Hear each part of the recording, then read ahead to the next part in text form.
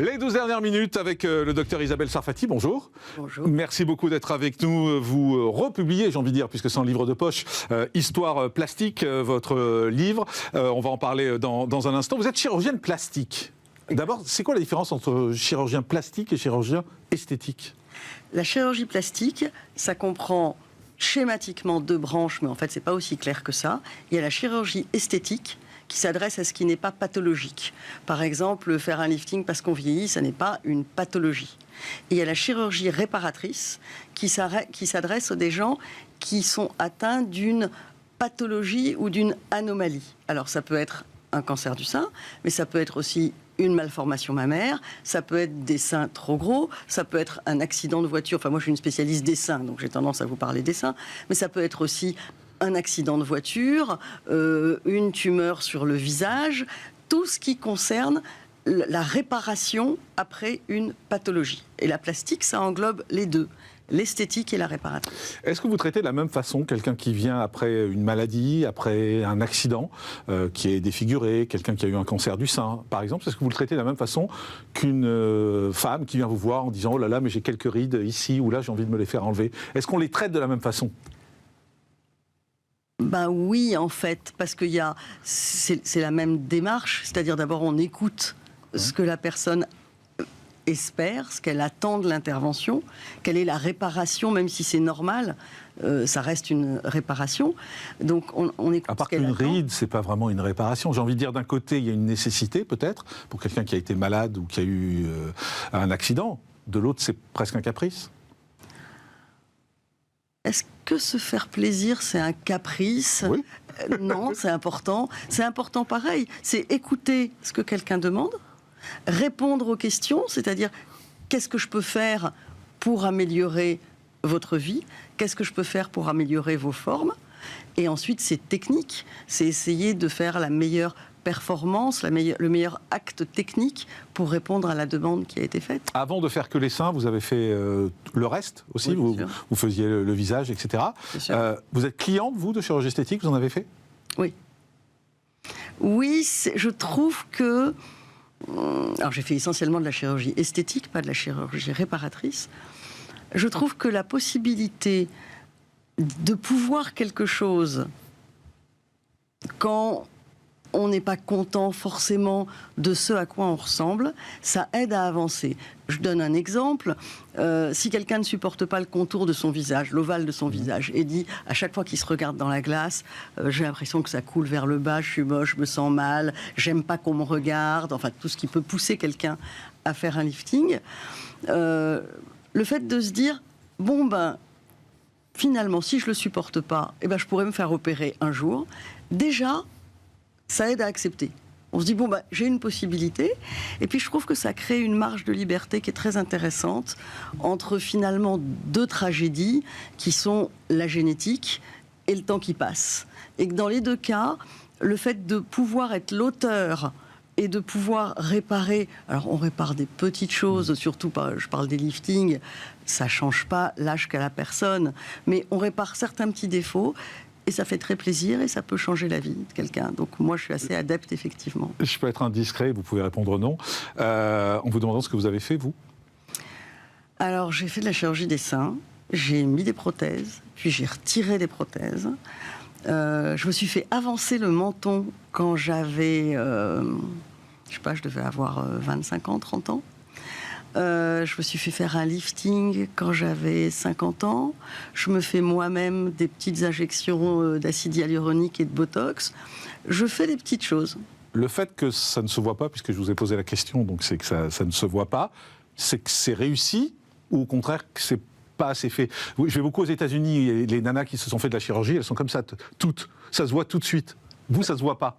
Ça dépend ce qu'on veut. Moi, je trouve que en chirurgie esthétique, vous parlez des liftings, en particulier des liftings, je trouve que la chirurgie esthétique qui se voit est pire, à mes yeux, que l'absence de chirurgie esthétique. Mais ça ne concerne que moi, avec mon échelle de valeur, mes critères esthétiques. C'est-à-dire que je trouve que quelqu'un qui a été lifté et où on voit le lifting, ça avoue et son âge et sa peur de vieillir. Donc, c'est pas très efficace.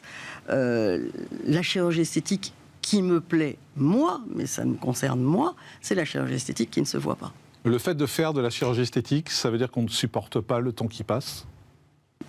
Je ne crois pas qu'il y ait que la douleur et le complexe qui soit un bon moteur pour la chirurgie esthétique. Ça peut aussi vouloir dire une consommation, je dirais, de plaisir, l'envie de s'améliorer, l'envie de profiter de la vie, l'envie justement de continuer à séduire et à être séduite. On voit beaucoup sur les réseaux sociaux de jeunes filles mineures aujourd'hui qui ont envie de se faire opérer. Alors vous, en plus, c'est les seins, donc c'est très prisé, j'ai envie de dire. Il vous arrive d'opérer des mineurs ? Oui, mais pas en esthétique. C'est-à-dire que quand on voit une jeune fille de 14 ans, par exemple, qui a des seins énormes, qui lui descendent au nombril, qui se tient voûtée, qui est hyper complexée, objectivement, ces seins ne vont pas diminuer avec les années qui passent. Ça ne sert à rien de la laisser se structurer autour d'un complexe majeur. Il vaut mieux l'opérer tôt. Quand il y a des malformations mammaires, c'est encore plus difficile, je pense, pour une adolescente d'avoir un gros défaut. C'est difficile pour un adulte d'assumer. C'est faisable, vraiment, plein de gens le font. Mais pour une adolescente, l'idée de partir dans la vie comme ça et de se sentir plombée, par exemple, par des seins qui pèsent 1,5 kg chacun alors qu'elle mesure 1,60 m, c'est pas facile, c'est encore plus difficile. Vous dites quelque chose qui, effectivement, est très logique et moi, j'y avais pas pensé. Vous dites, par exemple, en revanche, on n'opère jamais du nez un ado ou une ado. Non. Expliquez-nous pourquoi. Parce que, au début de la puberté, le nez est quelque chose qui sort très vite et qui apparaît très vite et qui semble très souvent disproportionné sur un visage qui garde encore des formes d'enfant. Or, ça n'existe pas un nez trop grand ou trop petit. Ça s'intègre dans une harmonie de visage. Et l'harmonie de visage, elle va beaucoup bouger entre 12 ans et 18-19 ans. Et le nez, ça s'intègre dans l'ensemble et toucher à quelque chose dans un visage qui est en évolution, c'est pas une bonne idée. Moi, il y a 30 ans, les filles, elles voulaient être belles et sexy. Maintenant, elles veulent être bien dans leur peau et sans complexe. C'est pas la même chose, bien dans sa peau. Ça signifie, je veux supprimer quelque chose qui me gêne, ou je ne me vis pas comme étant comme ça. Je suis d'une patiente qui était venue me voir et qui avait une culotte de cheval et qui me dit j'ai des kilos sur les cuisses mais ils sont pas à moi, il faut que vous me les retiriez. C'est pas une question de beau ou pas beau. On a vu des filles avec des formes calipiges qui sont absolument magnifiques. C'est que elle vit ça comme quelque chose qui n'est pas à elle, avec laquelle elle n'a pas envie de cohabiter et qui la gêne dans son quotidien. Un dernier mot sur les hommes. Ils viennent beaucoup, les hommes, c'est vrai ? Alors vous faites ça aujourd'hui, mais non, pas bien sûr. Énormément. Je voulais parler avant. Quand vous faisiez le reste du corps. Ils viennent de plus en plus. Ils viennent de plus en plus parce que la distinction, au cas où ça vous aurait échappé, entre les hommes et les femmes est en train de devenir beaucoup plus floue. Surtout pour la beauté. Oui, pour la beauté, mais pour les attributs culturels, dans le genre, la fille, elle fait attention à elle, elle veut avoir bonne mine, etc. Et le type, il s'en fout. C'est pas vrai. Chacun fait... par exemple, il y a plein d'hommes qui viennent faire du Botox parce qu'il y a 2 rides ici et qu'ils n'ont pas envie d'avoir l'air soucieux. Il y a plein d'hommes qui ont envie d'être bien dans leur peau et pour qui être bien dans leur peau, ça peut passer par quelques petits actes de médecine ou de chirurgie esthétique. Mais il y a 40 ans, ce n'était pas le cas. Et ils n'étaient pas tous mal dans leur peau, les hommes. Non, c'est vrai. Est-ce que ce n'est pas les médias qui ont créé ça, la communication ? Et vous, les chirurgiens ? C'est évident que l'offre crée la demande. Il y a 40 ans, ils ne venaient pas. Et puis il y a 100 ans, les femmes, elles ne venaient pas non plus.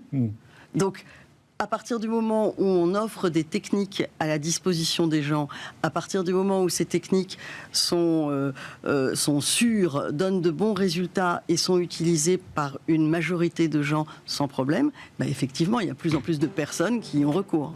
Merci beaucoup, docteur. J'aime bien votre façon d'aborder la chirurgie esthétique, ça me plaît beaucoup. Merci. Merci, docteur Isabelle Sarfati, d'avoir été avec nous. On revoit votre livre Histoire plastique qui ressort dans le livre de poche. Dans un instant, c'est Sonia Mabrouk sur CNews. On se retrouve demain en direct à partir de 10h35. À demain et d'ici là, soyez prudents.